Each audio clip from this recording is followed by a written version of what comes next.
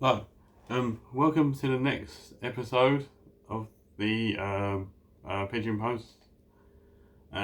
Today we have the 10 death metal albums that I think are sort of like highly influential and probably the 10 death metal albums that I would go to in most days of the week.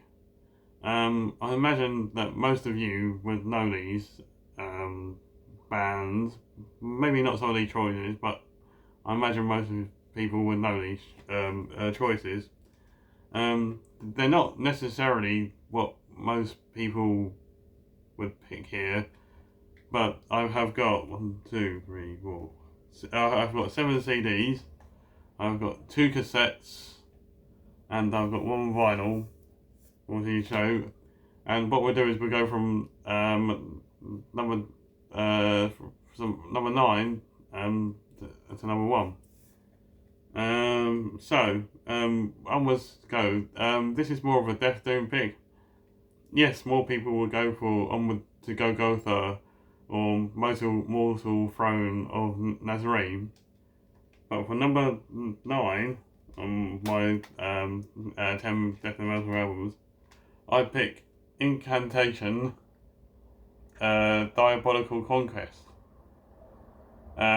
This is the album here I have on CD. To me, this is Incantation and their greatest. They have everything that make Incantation on this album. Especially the drums, which I find throw. I mean, there's 8 tracks on here, and from the opening Impending Diabolical Conquest, I like for example track 4, Uncanny Skies, and track 5, United in Repugnance, and track 6, Shadows of the Ancient Empire. These make the album to me through the textures and the layers that John McAtee and Incantation get. So it's not Onward to Golgotha, and it's not Mortal Throne of Nazarene, but it's in fact 1998's Diabolical Conquest. I imagine most of you have heard of these. I mean, we couldn't really make out what the picture was. It looked sort of like a demon of some sort on the front there on fire there. But to me, this is the best Incantation album, and it deserves a space in the top 10. Okay, number 8. This is a more of a slamming, brutal slamming death metal position, but I thought long and hard about this, and what I'm going to go for is Dying Fetus, Destroy the Opposition. This to me is the best Dying Fetus album. It sort of represents Dying Fetus sounds with sort of like Destroy the Opposition and the opener Pray the Lord, Opium to the Masses, Epidemic of Hate, pissing in the mainstream, especially in the times of war. I don't think you could go far wrong than this Dying Fetus album. There are others which you could have chose from. The next one that I would have gone for would have been Reign Supreme. But this to me is the ultimate Dying Fetus. Okay? It's like, oh, I'm right. Number 7 is Napalm Death, Harmony Corruption. Everybody probably knows this album. There's not much you need to say about this. It's not like If the Truth Be Unknown, Insurrection, Malicious Intent, Unite Earth, Mind Snare, Extraordinary, Retrain, Suffer the Children. This to me is Napalm Death's finest death metal offering, even though it comes under the grill of grindcore and things like that. But this to me is death metal. and it deserves a place in my top 10 of death metal.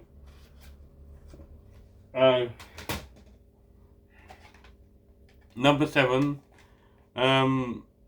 This band come under as a thrash band, really, but I think in 1983, when they originally made this album, it is of course Morbid Visions by Sepultura. This album probably could be mainly described as the first death metal album. Lots of people say Possessed at Seven Churches, but I say this Morbid Visions by Sepultura. Okay, next up is one of my favourites. We're getting into the big boys here. Cryptopsy, None So Vile, Lord Worm and his epic works of death metal brilliance. Crown of Horns, and it's brilliant, and it's sort of like Dead and Dripping. I mean, what can you say? I did see Cryptopsy in February, but Lord Worm was not there. So number 6. I'm gonna go out on a limb here. This is one of the most influential death metal bands. But no, it's not one that's stuck on a cross. It's not Serpents of the Night. It's not Legion. It is the latest offering, Banished by Sin. Yes, this is the leaders Valforth of death metal, Deicide, with their latest offering. I just think this album is phenomenal from start to finish. And I like, especially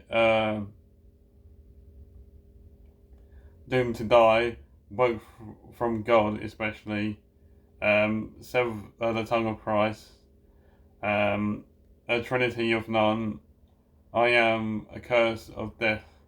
To me, I think this is Deicide's latest album, and it's their best album. Okay, next up we are going to Florida. And no, it is not Altars of Madness. It is not Blessed Dollar Sick.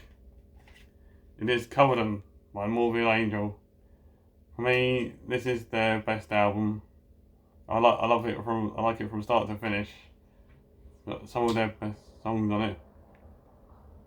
And now we're going on to number 8. Which is Cannibal Corpse and Bloodthirst. It's got my 3 favourite Cannibal Corpse songs on it that they ever wrote, which is Pounding Into Dust, Unleashing the Bloodthirsty, and Blowtorch Slaughter. So I was thinking about Gallery of Suicide, I was thinking about Tomb of the Native, but I think that Bloodthirst is Cannibal Corpse's best album. Number 2, I think we all know what number 2 is going to be. This album needs no explanation to other. Number 2 is Left Hand Path by Entombed. Now, number 1, what could it be? This is the album that led me on to the death metal path. It is in fact my vinyl here, Symphony of Sickness by Carcass. Me, this is the best death metal album of all time.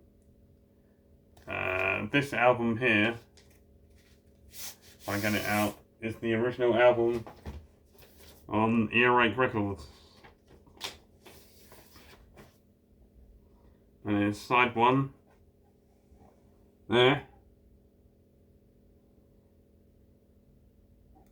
And side 2, Carcass, Symphony of Sickness. And that was my top 10 best death metal albums of all time. Doesn't go with the what everybody else thinks. But this is my channel, so I thought I'll put what I think. I think Diabolical Conquest was a good choice. I mean, I do prefer it all. It gets the most amount of listens. I think that was the only choice that might have been a bit outlandish, really. Maybe the Deicide one as well, but I think it literally, I think in years to come, Banished by Sin will be discarded as a classic by many. So that was 10 death metal records that I think are the best. The next episode will be on Monday. See you later.